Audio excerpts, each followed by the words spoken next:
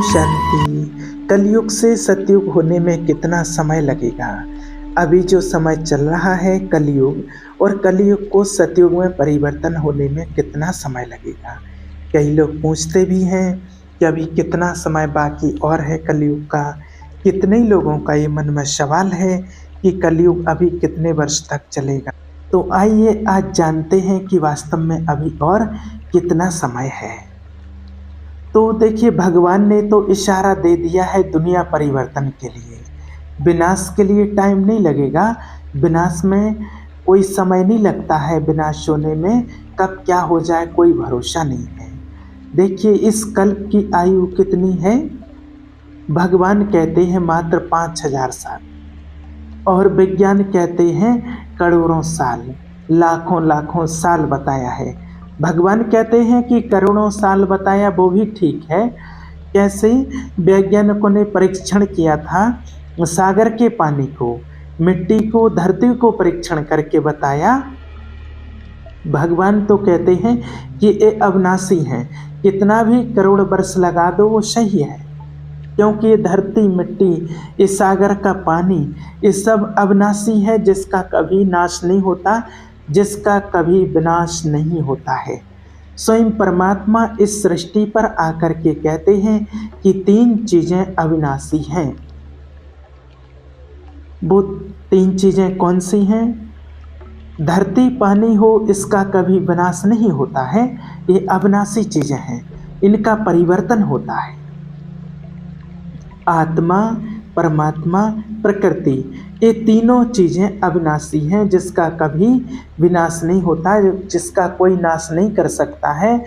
पानी आपको लगेगा कि खत्म हो रहा है, खत्म होते हुए दिखेगा, लेकिन वो खत्म नहीं होता है, उसका परिवर्तन होता है। इसी प्रकार से इस दुनिया में हर चीज का परिवर्तन होता है, परिवर्तनशील है। और इसमें जो खेल है सतयुग, त्रेता, द्वापर, कलयुग, इसका रेस माना एक साइकिल बीतने में 5,000 साल का समय लगता है। कैसे बीतता है?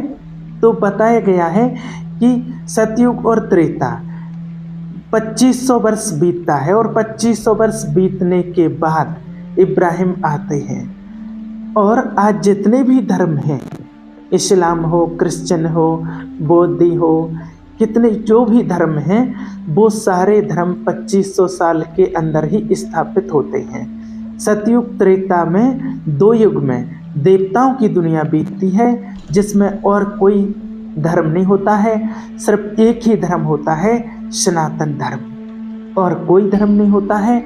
उसके बाद जब 2500 वर्ष बीत जाते हैं, जब द्वापर युग आता है, तो उस टाइम से फिर और धर्मों के आवन, धर्म स्थापक आते हैं और अपने अपने धर्म की स्थापना करते हैं। सतयुग और त्रेता 2 युग देवताओं की दुनिया के बीतते हैं, देवताओं का राज्य होता है। उसके बाद फिर देवताएं अपनी स्मृति से विस्मृति होने लगती हैं, और जो शक्ति होती है वो धीरे धीरे खत्म होने लगती है। लेकिन वो गुण शक्ति खत्म होने के बाद फिर भगवान की खोज में लगते हैं। तब धर्म पिताएं आते हैं और अलग अलग धर्म स्थापन करते हैं, और द्वापर से सब धर्म स्थापित होते होते कलयुग में आते हैं, और धर्म आपस में लड़ने लगते हैं। आज देख रहे हैं कि कलयुग आते आते हर धर्म में लड़ाई छिड़ी हुई है, हर धर्म टुकड़ा टुकड़ा होने लगता है, हर धर्म में आज लड़ाई छिड़ी हुई है। इस्लाम का हो, क्रिश्चियन का हो, कोई भी धर्म हो, क्रिश्चियन भी आपस में लड़ते हैं, इस्लाम में भी आपस में लड़ते हैं, शिया सुन्नी आपस में लड़ते हैं। अमेरिका और रशियन दोनों क्रिश्चियन हैं, लेकिन दोनों भी आपस में लड़ते हैं। तो यहाँ धर्म में टुकड़े होने लगते हैं, और आपस में धर्म की गलानी होने लगती है।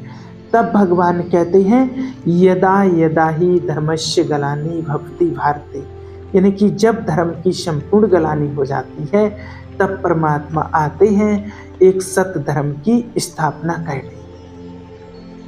जब भगवान के वायदे के अनुसार जब धर्म की गलानी जब कलयुग के अंत में जब धर्म की अति गलानी हो जाती है, भगवान के वायदे अनुसार भगवान कब आते हैं?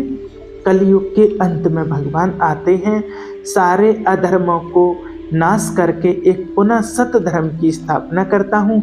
ये भगवान का वायदा है। भगवान कहते हैं अर्जुन सब धर्म छोड़। ये भगवान के महावाक्य कब किया था? कब के हैं महावाक्य भगवान के? सब धर्म छोड़ मेरी शरण में आ जा। ये महावाक्य तब उच्चारण किए थे जब सभी धर्म वाले थे, तब कहेंगे कि सब धर्म छोड़ मेरी शरण में आ जाओ, यानी कि सभी धर्म वाले थे तब कहेंगे। महाभारत के युद्ध में कितनी सेना थी? अक्षौणी, 7 अक्षौणी सेनाएं, उन्हें असंख्य थे जिनका हिसाब नहीं लगाया जा सकता। इतनी असंख्य सेनाएं देखिए जो इतने सब लड़कर मरे थे। भगवान कहता ये समय अभी चल रहा है और इसमें किसी का कोई दोष नहीं है। आपस में एक दूसरे देश लड़ रहे हैं, ग्रह युद्ध छिड़ रहे हैं, आपस में लड़ मर रहे हैं। तो भगवान कहता है कि इसमें कोई दोष नहीं है, इसमें किसी का कोई दोष नहीं है, सभी निर्दोष हैं। सभी निर्दोष होकर सभी अपने कर्मों का हिसाब लेंगे, एक दूसरे से अपने कर्मों का हिसाब लेंगे। सभी लड़ मर कर अभी देख रहे हैं, सब अपना हिस्सा ले रहे हैं। अपने कर्मों का फल स्वयं दंड मिलेगा, अपने कर्मों का फल स्वयं भोगेंगे। इसमें भगवान कुछ नहीं कर सकता, भगवान को कोई दोष नहीं दे सकता है। और दिन प्रतिदिन देखते जा रहे हैं, जितना युद्ध छिड़ते जा रहे हैं देश दुनिया में, उतना ही बहुत नुकसान, बहुत मौतें दिन प्रतिदिन होती जा रही हैं। और इतना सब कुछ देखते हुए भी लोग आज कहते हैं कि अभी तो कलयुग का बहुत समय पड़ा है, लाखों साल पड़े हैं। कोई कहता 4,32,000 साल पड़ा हुआ है, 40,000 वर्ष पड़े हुए हैं। कोई कहते इतना जल्दी कैसे हो सकता है? तो भगवान खुद आकर के कहते हैं, समय की गति को देखिए, भारत की आबादी और देशों की आबादी की वृद्धि को देखिए। भगवान वाच्य हैं, भगवान खुद कहता है कि आज जो समय चल रहा है उस समय को देखिए। क्या इस समय जो चल रहा है आज का, इतना अत्याचार, पापाचार, भ्रष्टाचार जो बढ़ा हुआ है, आज पाप चरम सीमा पर पहुंच गया है।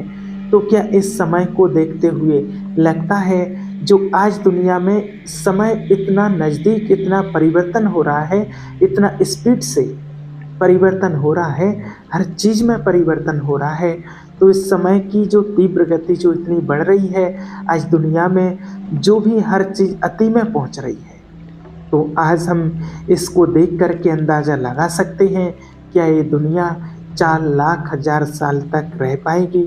इतना पाप बढ़ते हुए भी, इतना अत्याचार बढ़ते हुए भी क्या ये दुनिया 4,00,000 साल तक रह सकती है? आज भारत की आबादी की वृद्धि को ही देखकर थोड़ा सा अंदाज़ा लगाएं। गांव धीरे धीरे शहर का रूप लेते जा रहे हैं, शहर धीरे धीरे अपना अंदाज छोड़ रहा है कि कितना बढ़ना है। जहां खेती होती थी वहां फोर लाइन जा रही है, शहर में तो रास्ता ही नहीं है। शहर से तो आज देख रहे हैं कि दिन प्रतिदिन बड़े जो होते हैं बाहर निकल नहीं पाते हैं, फोर लाइन खेतों में से जा रही है। और आज शहरों में जगह नहीं है गाड़ी रखने के लिए, गाड़ी रखने की भी जगह नहीं बची हुई है आज शहरों में। ट्रेन आज इतने हैं, आप कहीं भी चले जाइए, ट्रेन में जाइए, बस में जाइए, फ्लाइट में कहीं भी जाइए, तो आपको कितने दिन पहले से टिकट बुक कराना पड़ता है, तब सीट मिलता है। नहीं तो आज ट्रेन में, बसों में, कहीं पर भी आज खाली जगह नहीं मिलती है। इतनी सारी ट्रेन है, इतनी ट्रेन होने के बावजूद भी आपको कहीं यात्रा करना है तो महीनों पहले से आपको टिकट बुक करानी होती है, तब आपको सीट मिलेगी। आज भीड़ इतनी होती जा रही है, इतनी भीड़ होती जा रही, बढ़ती जा रही। आप बड़ी बड़ी सिटी में जाएं, दिल्ली, कलकत्ता, मुंबई, कहीं भी बड़ी सिटी में जाएं तो वहाँ पर हर 5 मिनट के पीछे एक ट्रेन होती है लाइन में, लोकल ट्रेन जो चलती है, और हर ट्रेन में इतनी भीड़ होती है। जो लोकल ट्रेन चलती है मेट्रो, हर 5 मिनट में होती है और हर ट्रेन में इतनी भीड़ होती है कि पैर रखने के लिए भी जगह नहीं होती है।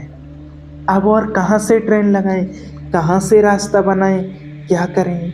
तो जहाँ गांव है वहाँ से रास्ता हो रहे हैं, घर मकान दुकान, जहाँ खेती की ज़मीन है वहाँ बढ़ते जा रहे हैं। अब आगे क्या होगा?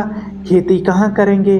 आबादी तो और ही खेती करने की जगह में माना बढ़ती जा रही है। जहाँ खेती करते थे वहाँ आबादी बढ़ती जा रही है, तो खेती कहाँ होगी?